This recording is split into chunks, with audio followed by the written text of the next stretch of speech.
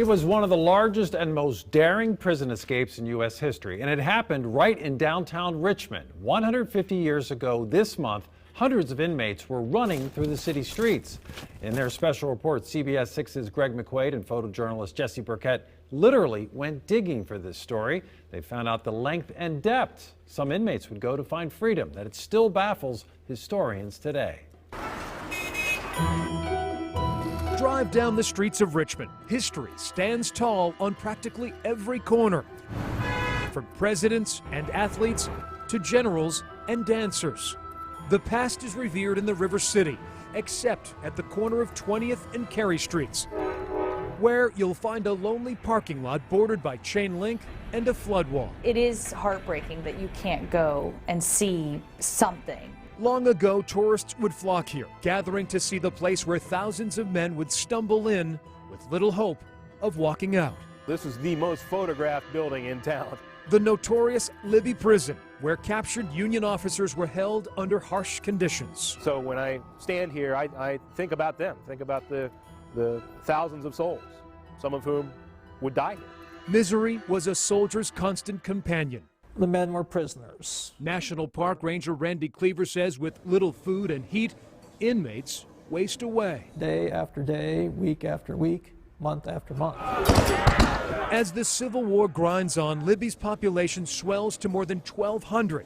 Cramped inmates reach their breaking point. It was a trying existence. In the fall of 1863, a small group hatches a desperate plan to flee. 15 officers decide to dig their way to freedom. This is an enormous undertaking, dangerous. Descending into a dark, rat-infested basement, rotating shifts of 3 teams tackle their tall task. Nobody wants to be here. Nobody. But on the other hand, if you can take action and succeed in breaking out, why wouldn't you? Historian Mike Gorman says the tunneling party uses only a wooden spoon, a knife, and their bare hands. So the challenge is to make this happen. It's staggering. Standing between the inmates and freedom, nearly 60 feet of bricks, mortar, and packed dirt. You're going to do that night after night, day after day, every single night. Secrecy is paramount during their subterranean mission. There was considerable risk. 3 failed attempts do not deter the group. Finally, on the night of February 9th, 1864, after nearly 3 months of clawing at earth, inch by slow inch, the inmates finally burrow through outside the prison walls. You think about how long it would take for a man to crawl through this tiny hole. More than 100 officers squeeze through the 2-foot-wide tunnel and pour into the streets of Richmond under the cover of darkness. Freedom beckoned, and they answered. I'm amazed not just about the fact that he was in the prison, but what they did to try to get out. Sandy Kohler Lee's great-great-grandfather, Lieutenant William Wilcox with the 10th New York Infantry, is among those who slithered to freedom. Obviously, the conditions had to be so bad that this was preferable. Sandy's exhaustive research reveals the extent of her ancestors' bravery. Every time I look for something for him, the story keeps unfolding. Wilcox and the others may be free from Libby, but they're deep in enemy territory. The closest Union lines 50 miles away in Williamsburg. Here you are, you pop out of this tunnel. Wonderful, I'm free. But I'm in Richmond, Virginia, the capital of the Confederacy. Where do I go? Union sympathizers in Richmond shelter a few of the escapees on the run. The next day, Confederate guards discover the tunnel and sound the alarm. It would be a difficult challenge. You're undernourished, it's the middle of winter, you're not properly clothed. Lieutenant Wilcox's taste of freedom would be fleeting. Unfortunately, he was recaptured a few days later, but just to get that far is just amazing to me. 47 other officers would suffer the same fate as Wilcox, and 2 would drown.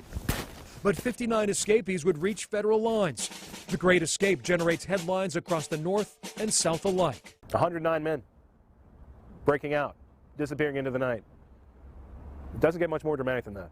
At the end of hostilities between the blue and gray, Libby reverts to a bustling warehouse. But this is not where our story ends. Businessman Charles Gunther travels to Richmond to lay eyes on Libby. Gunther buys and ships the old prison brick by brick to Chicago and builds a Civil War museum. By the early 1890s, Libby Prison, the actual building, was gone from Richmond, never to return. Gunther's venture suffers financially and is torn down just 8 years later. Pieces of Libby scatter across the Midwest. Thankfully, a few precious artifacts survive in Richmond, like this door at the American Civil War Center. The ancient wood covered in graffiti, carved by Libby prisoners. Here's something tangible. And these massive beams and a lock are on display at Pamplin Historical Park in Dinwiddie. I'm glad he survived, or I wouldn't be here today. New Jersey native Sandy Kohler-Lee wishes she could visit more than just an empty lot to pay her respects. It made me want to tell his story. She fears, without a physical building, the remarkable tale of the intrepid Libby escapees will drift further into obscurity. I think if we don't have monuments like these, people forget, and I don't think they should be forgotten. Any of them, not just my great-great-grandfather, any of them.